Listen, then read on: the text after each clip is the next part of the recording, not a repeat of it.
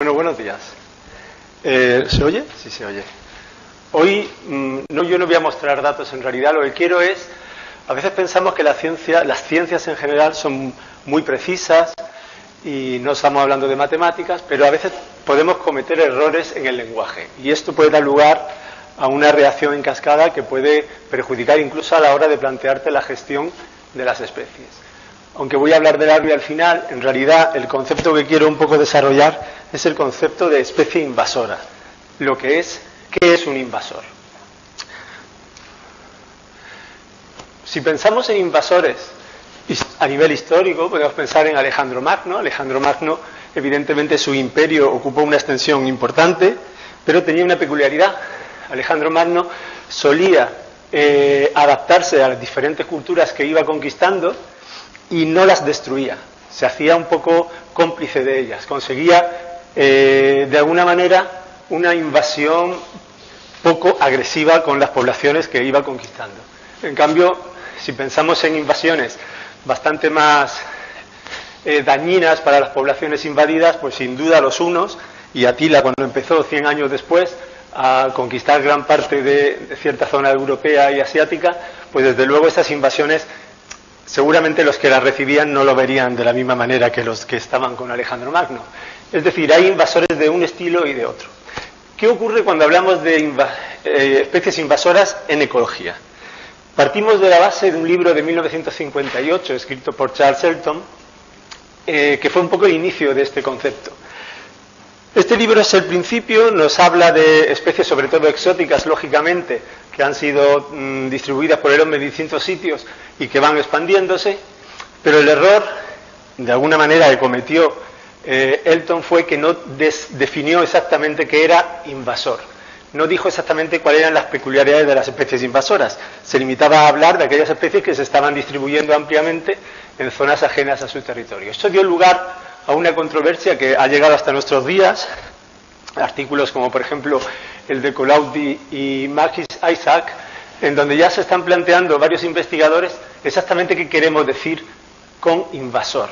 Porque básicamente existen dos criterios.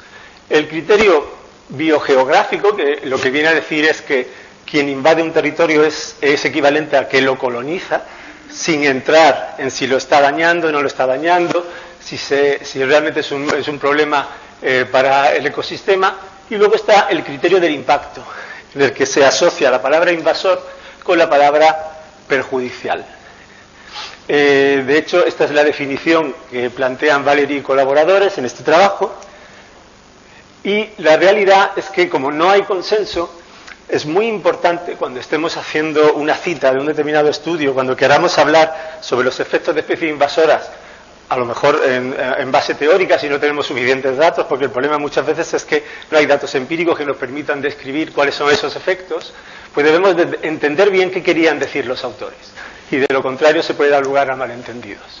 Sin duda, organismos como la IUCN y como también las propias Naciones Unidas, con su iniciativa de asociar el concepto invasor con problemas medioambientales o económicos, sin duda ha ayudado a que recientemente prácticamente todos estemos de acuerdo en que invasor significa perjudicial.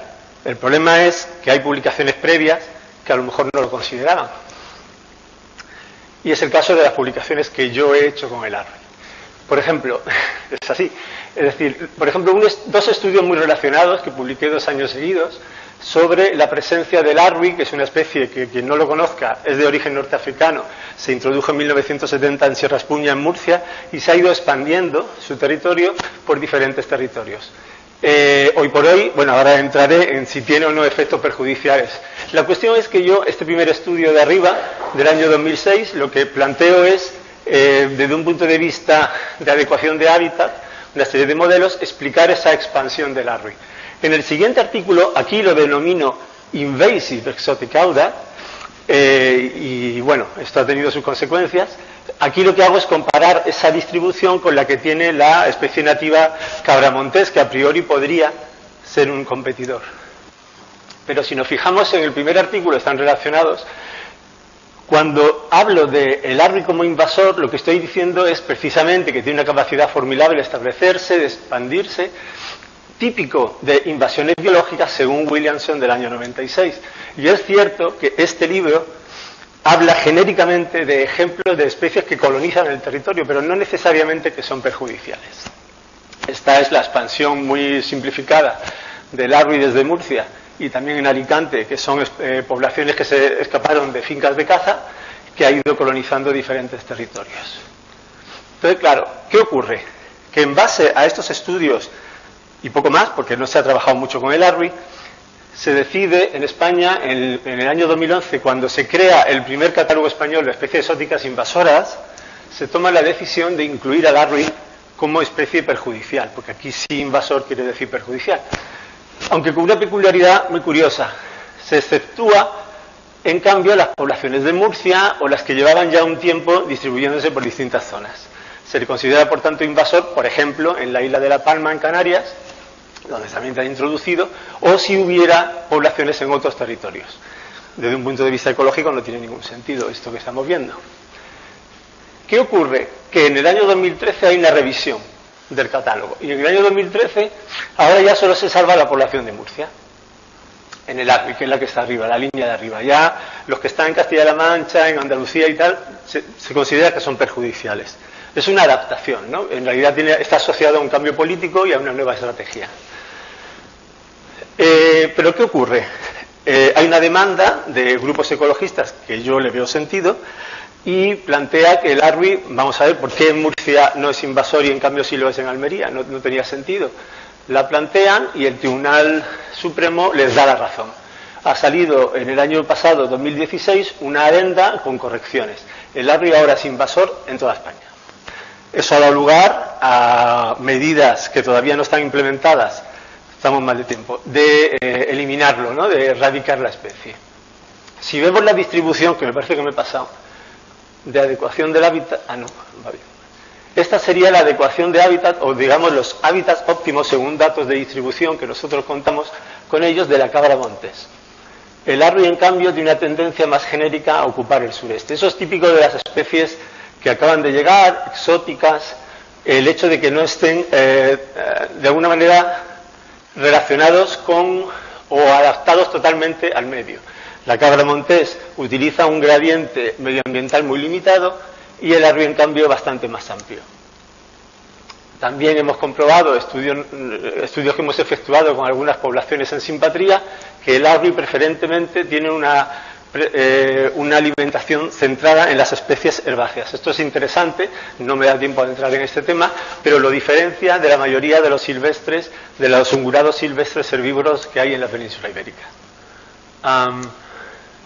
Además, estudios efectuados en Túnez también coinciden en esta selección hacia las herbáceas, forbs and grasses, por parte de esta especie, ¿no? Eso es interesante, pero ya te digo. Entonces, ¿qué ocurre? Estos son datos todavía no publicados por Sergio Eguía y colaboradores, también de la Universidad Miguel Hernández, y ellos llevan años, evidentemente no desde 1850, estos son datos históricos, comparando la distribución en Murcia de Arris y cabras montesas.